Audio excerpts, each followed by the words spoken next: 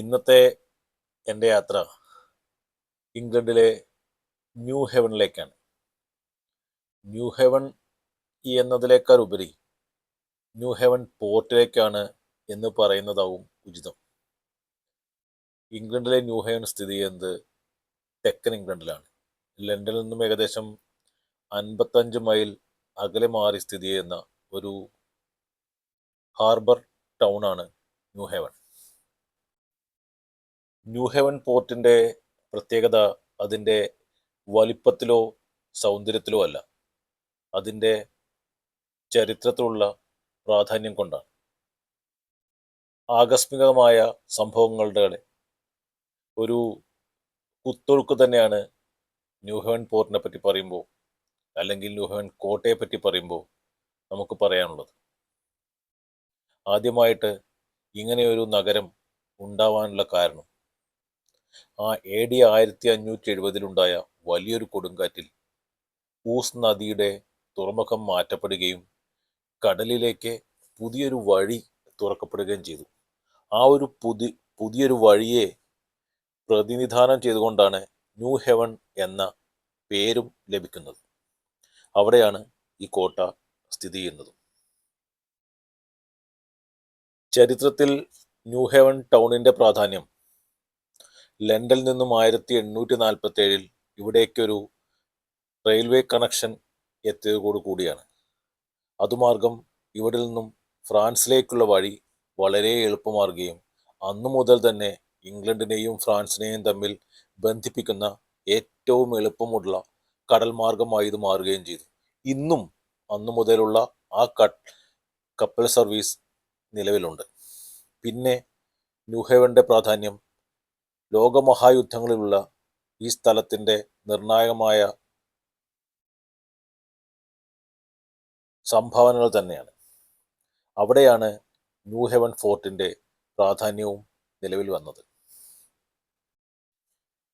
1860കളിൽ പണിത new heaven fort ഇന്നും ഇവിടെ തന്നെയുണ്ട്. വിക്ടോറിയൻ കാലഘട്ടത്തിലെ പ്രതിരോധ നിർമ്മാണത്തിന് ഏറ്റവും മികച്ച ഉദാഹരണങ്ങളിൽ ഒന്നാണ് ഈ ഫോർട്ട്. ഇന്നതൊരു മ്യൂസിയമായി സംരക്ഷിക്കപ്പെടുന്നു. ഈ ഫോർട്ടിന് ഒന്നാം ലോക മഹായുദ്ധത്തിലും രണ്ടാം ലോക മഹായുദ്ധത്തിലും വളരെയധികം സംഭാവനകൾ നൽകാൻ കഴിഞ്ഞിട്ടുണ്ട്. ഒന്നാം ലോക മഹായുദ്ധത്തിൽ ഫ്രാൻസിലെ യുദ്ധമുന്നണിയിലേക്ക് ആവശ്യമായ സൈനികരെയും കുതിരകളെയും അവർക്കാവശ്യമായ സാധനങ്ങളെയും വെടിക്കോപ്പുകളെയും എല്ലാം സപ്ലൈ ചെയ്തിരുന്ന ഒരു സപ്ലൈ പോർട്ടായിരുന്നു ന്യൂ ഹെവൻ ഫോർട്ട്. അന്ന് ഇതൊരു സൈനിക മേഖലയായിരുന്നു. സാധാരണ ജനങ്ങൾക്ക് ഇങ്ങോട്ട് പ്രവേശനം ഉണ്ടായിരുന്നുമില്ല. രണ്ടാം ലോക മഹായുദ്ധത്തിൽ വളരെ പ്രസിദ്ധമായ ഡീപ്പ് റൈഡ് 1942 സഖ്യകക്ഷികൾ ഫ്രാൻസിലെ ഡീപ്പിലേക്ക് നടത്തിയ പ്രസിദ്ധമായ ആക്രമണത്തിൻ്റെ പ്രധാന കേന്ദ്രവും ഈ ന്യൂ ഹെവൻ ഫോർട്ടിൽ നിന്നായിരുന്നു. ആയിരക്കണക്കിന് കനേഡിയൻ ബ്രിട്ടീഷ് സൈനികരാണ് ഇവിടെ നിന്നും അങ്ങോട്ട് പുറപ്പെട്ടത്. ആ യുദ്ധം ഒരു പരാജയമായിരുന്നെങ്കിൽ കൂടി.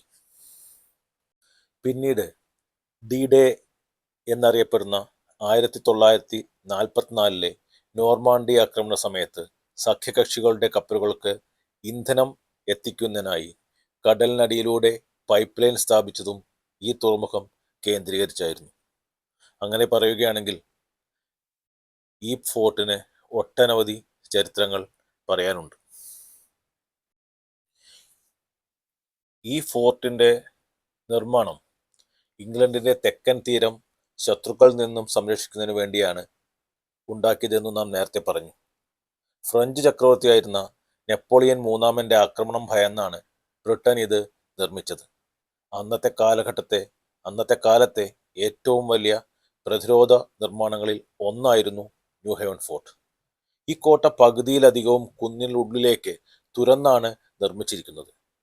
അതിനാൽ കടലിൽ നിന്നുള്ള ദൃശ്യം അത്ര പെട്ടെന്ന് ആർക്കും കാണാനാകുന്നതല്ല. ഈ കോട്ട നിലനിൽക്കുന്നത് കാസ്റ്റിൽ ഹില്ലിലാണ്. ചരിത്രകാരന്മാരുടെ അഭിപ്രായത്തിൽ വിക്ടോറിയൻ കാലഘട്ടത്തിലെ ന്യൂ ഹെവൻ ഫോർട്ട് വരുന്നതിനും എത്രയോ മുമ്പ് തന്നെ അയൺ ഏജിൽ ഇവിടെ മനുഷ്യവാസവും പ്രതിരോധ സംവിധാനങ്ങളും ഉണ്ടായിരുന്നു. ചുരുക്കം പറഞ്ഞാൽ പുരാതന കാലം മുതൽക്ക് തന്നെ ഈ സ്ഥലം ഒരു സംരക്ഷണ കേന്ദ്രമായി ഉപയോഗിക്കപ്പെട്ടിരുന്നു എന്ന് സാരം. ന്യൂഹേൺ ഫോർട്ടിനെ കാത്തുസൂക്ഷിക്കുന്ന ഒരു കാവൽക്കാരനാണ് ഈ കാണുന്ന കാസിൽ ഹിൽ.